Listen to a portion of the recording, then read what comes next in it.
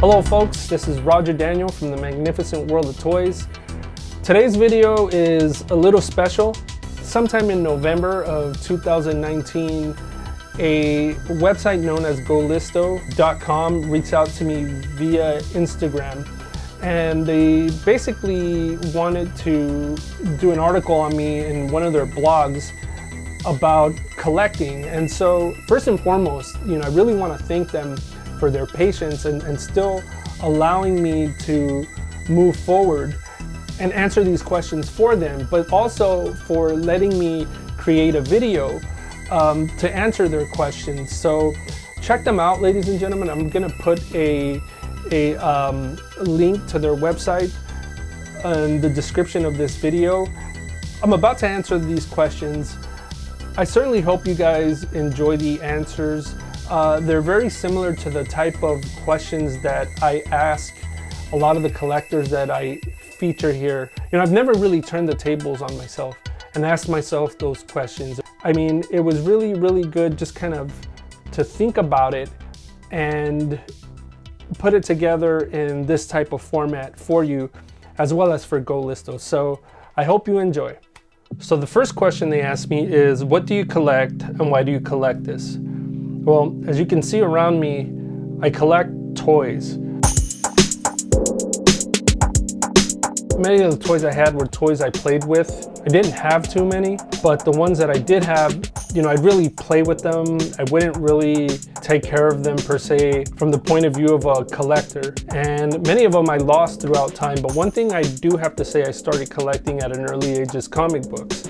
And that's because they were affordable and there was comic stores near me. And as time progressed, I started collecting movies, and then once again, I kind of started getting into toys. Mostly toys from films that I had seen, comic book toys, things like that. But then a couple years ago, I started getting the bug to collect vintage toys, toys from my childhood, such as Masters of the Universe, Thundercats, and other things that I used to fantasize about having as a child, which I couldn't have, things like Inhumanoids and Sectars, and of course, Teenage Mutant Ninja Turtles. I had a little bit of those things, but not much. And so now as I've grown older, I tend to gravitate towards that stuff.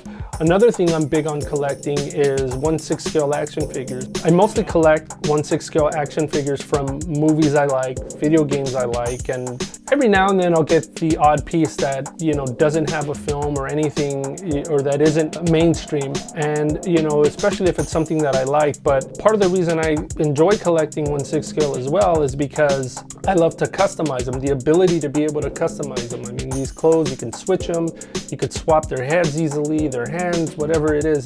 They're just very versatile figures and a good enough size to pack a lot of detail into them, and that's what really excites me about them. Next question. How long have you been collecting and why did you start collecting? I guess you can say that I've been collecting roughly over 2 decades. That was a little bit after high school for me, where I received my first job. So yeah, I received my first paycheck, and one of the first places I hit was the comic book store. And I bought myself a bunch of comics, and then I also started buying a lot of McFarlane toys, as well as anime related products, manga, things like that. And that's where I started collecting. The how comes in the form of finally having income.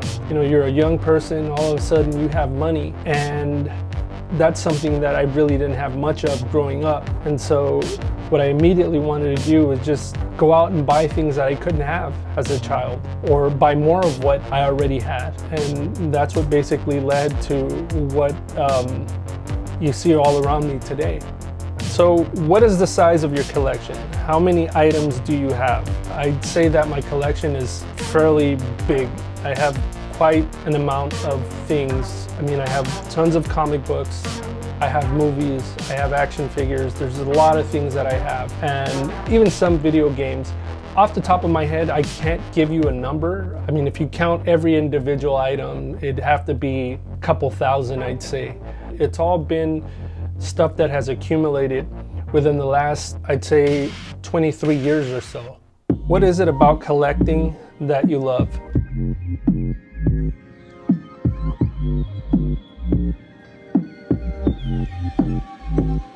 I guess it does bring me a certain sense of happiness. Growing up, all I remember is looking at magazines like Wizard magazine, the Guide to Comics, and every now and then they'd show pictures of artist studios, and many of them, they had these shelves full of books and action figures, and I'd see those and I'd always say, boy, I would really love to have something like that one of these days. And I guess what it is I always wanted to have my own place, somewhere where I can sit, work, reflect, enjoy.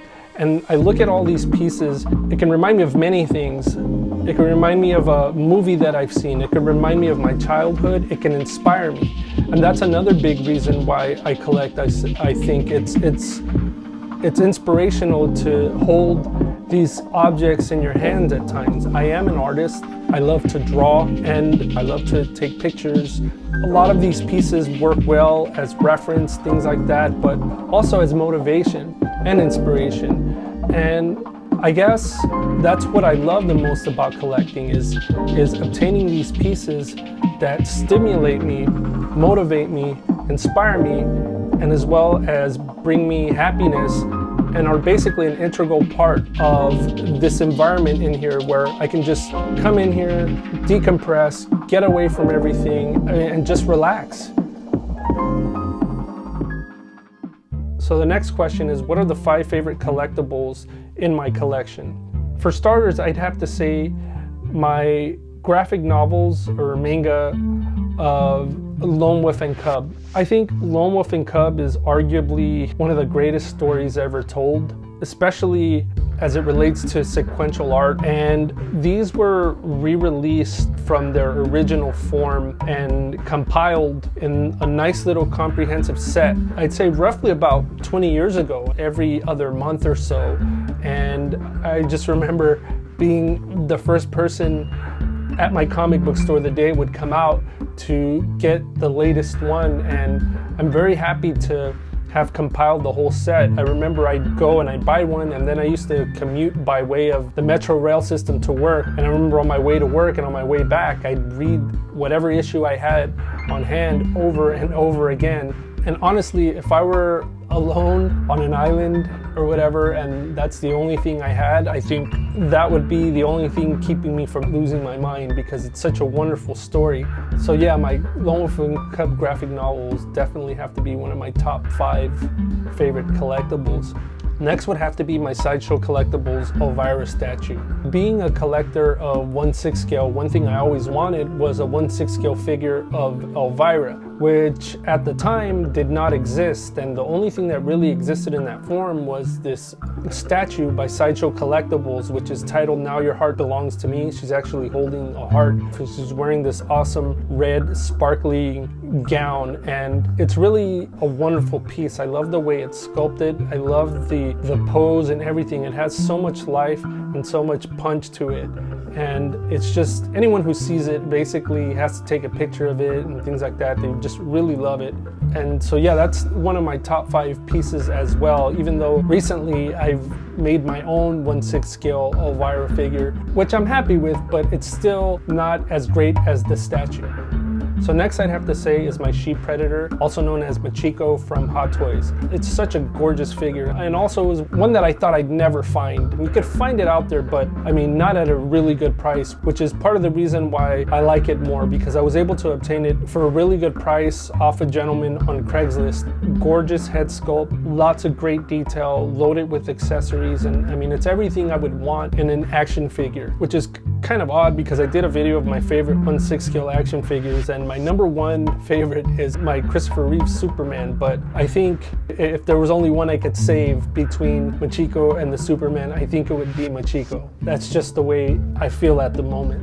So my next favorite collectible, if you can call it that. Well, I call it a collectible because I do collect art books, and this is actually one of the first ones that I obtained that my sister actually graciously bought this for me, and I'd say roughly about 20 years ago. And that's none other than The Illusion of Life. And that's a book about Disney animation. It's actually known in the animation circles as the Animation Bible. I used to have an art teacher who used to gush about it, and one of my classmates actually used to have it, and then all they would ever do was talk about it. And one day they brought it, and I just thought it was an amazing book, and was very happy that my sister was able to get it for me. I believe it may have been for my 18th birthday, if I can recall. And for that reason, that book has sentimental value. But not only that, it's been very inspirational, very influential, and it's just amazing all the knowledge that is packed into that book. I mean, it's basically laying out the whole Disney method as it relates to animation, illustration. It has like never before seen artwork from a lot of the animated films, things like that. But one of the cool features about it also is that in every corner there's a small illustration. And if you flip through the book, it actually functions as a flip book, and that's pretty awesome. The Illusion of Life, just totally love it, and it's just something that I don't think I'd ever be able to part with. And so last but not least, as I stated before, growing up, money was a little hard to come by, and I didn't have too many toys.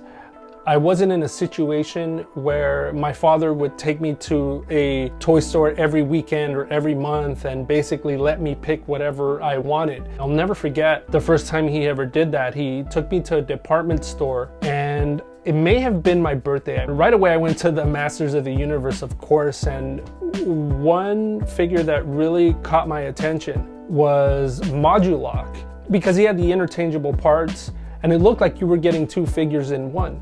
Recently, I'd say maybe about 5 or 6 years ago, before I started recollecting Masters of the Universe action figures, I remember a couple of maybe weeks prior to that, I had had a conversation with my cousin, and we were reminiscing about the old Masters of the Universe days and wishing and talking about all the things we wish we had. And he is actually a collector himself, and he's accumulated quite an impressive collection.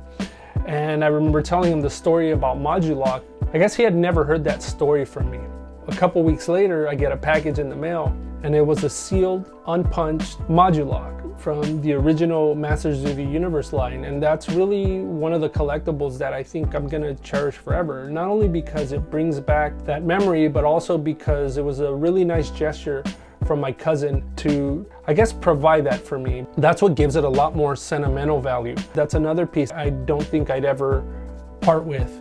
I guess you can say if my house was burning, those are the things that I'd run to first. Those are the things that I basically try to grab and take with me. Honestly, I guess I'm hoping that some of those toys and some of those collectibles are some that I can actually be buried with or cremated with or whatever. So that about does it for this video. Once again, thank you Golisto for reaching out.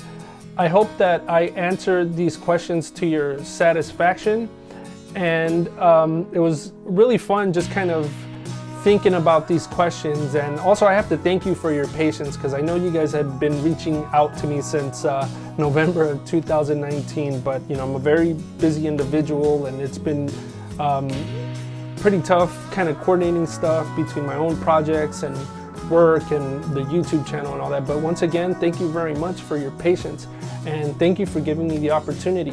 And ladies and gentlemen, I hope that you enjoyed this video, and I hope this video also served to give you a little bit of insight as to the what, who, where, why, and all that when it comes to myself and the magnificent world of toys and my magnificent world of toys. So ladies and gentlemen, with that being said, thank you once again. Take care, stay safe, and may those who play never gray. See you soon.